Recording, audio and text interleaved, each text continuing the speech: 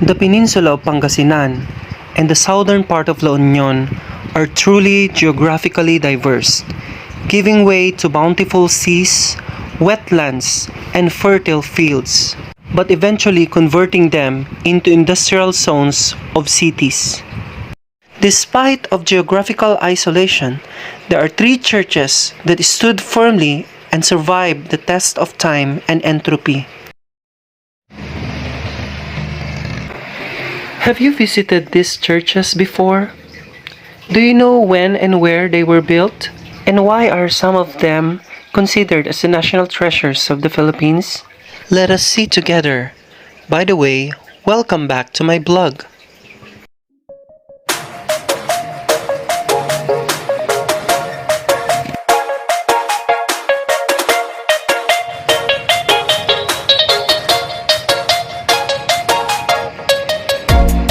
We are here in Calasiao for our first featured church, the St. Peter and Paul Parish Church, or the Iglesia Parroquial de los Santos Pedro y Pablo, or commonly known as the Calasiao Church.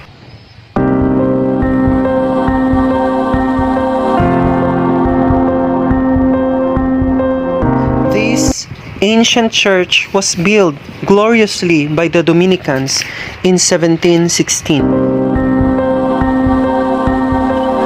The Calasiao Church is obviously an ancient church, as characterized by safeguarded space, enough to gather all the people of the community for a religious and political event during the Spanish era and beyond. The church is built strategically at the center of the town. The bell tower was considered as the tallest skyscraper where you can see all the territories of a certain pueblo, and the sound could reach all the boundaries. This church is one of the Baroque churches in the Philippines. It has a unique architectural design, reflects the Spanish and Latin American architecture integration of the indigenous Philippines with works of arts of Chinese style fusion. Due to its durability and supreme engineering design, this is considered to be an earthquake Baroque church of the Philippines. Together, let us see what is inside the church. Almost all Spanish-erected church in the Philippines adopted a Roman Renaissance style of interior.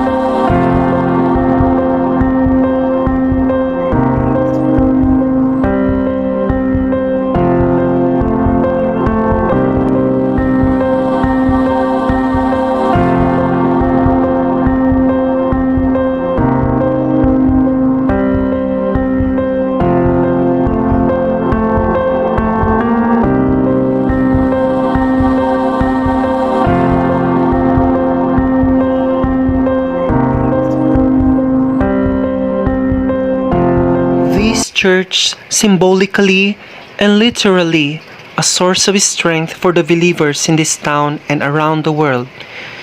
Could you imagine how many people had prayed to God during their sorrowful moments of their lives? The memories of many generations that are connected and bound by the Catholic faith, so powerful.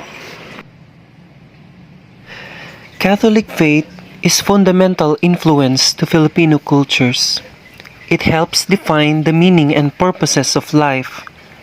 With this, it sets a clear definition of values and Filipino culture, which guides the people in proper living standards and sets the boundaries of accepted behaviors. So, religion and Catholic faith is actually the fulcrum of Filipino society during the ancient times and up to the present.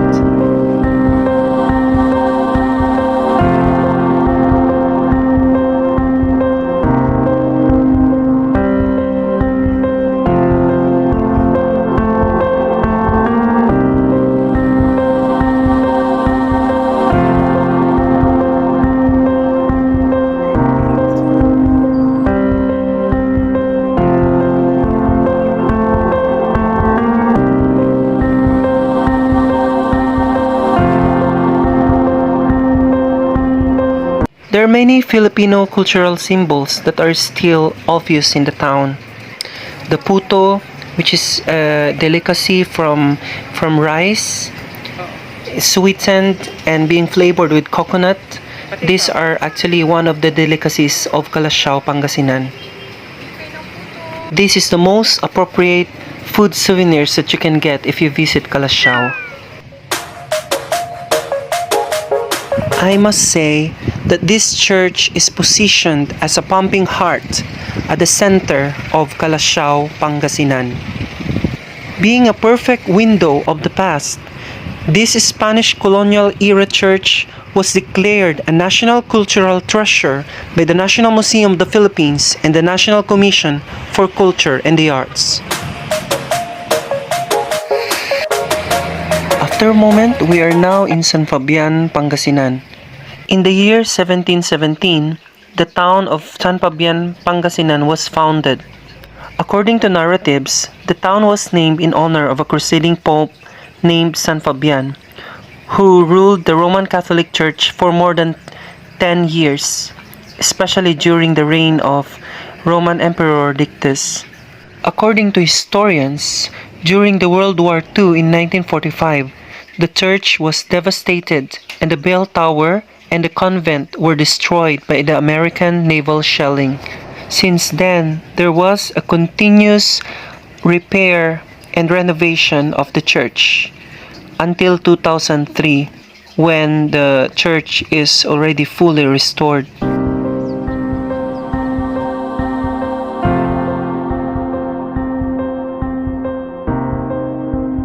My dear friends, we are now in Agoo, La Union.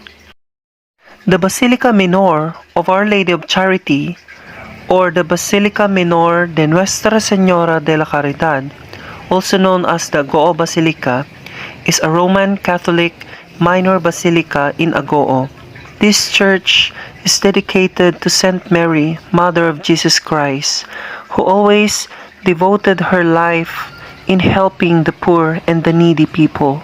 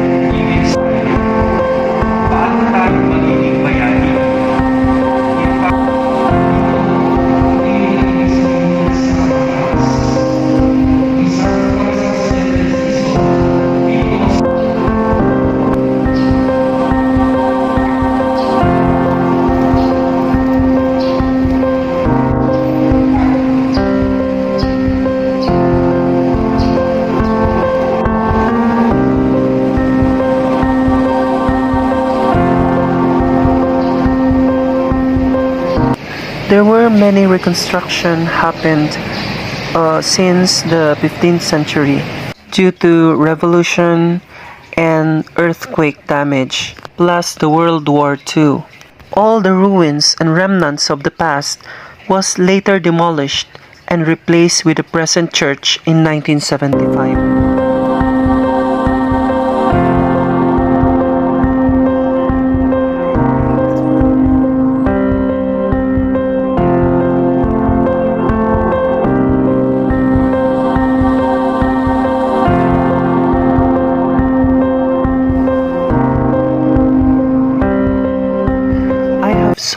childhood and high school memories here in the Plaza de la Virgen, just an adjacent corner of the Agoo Basilica Church.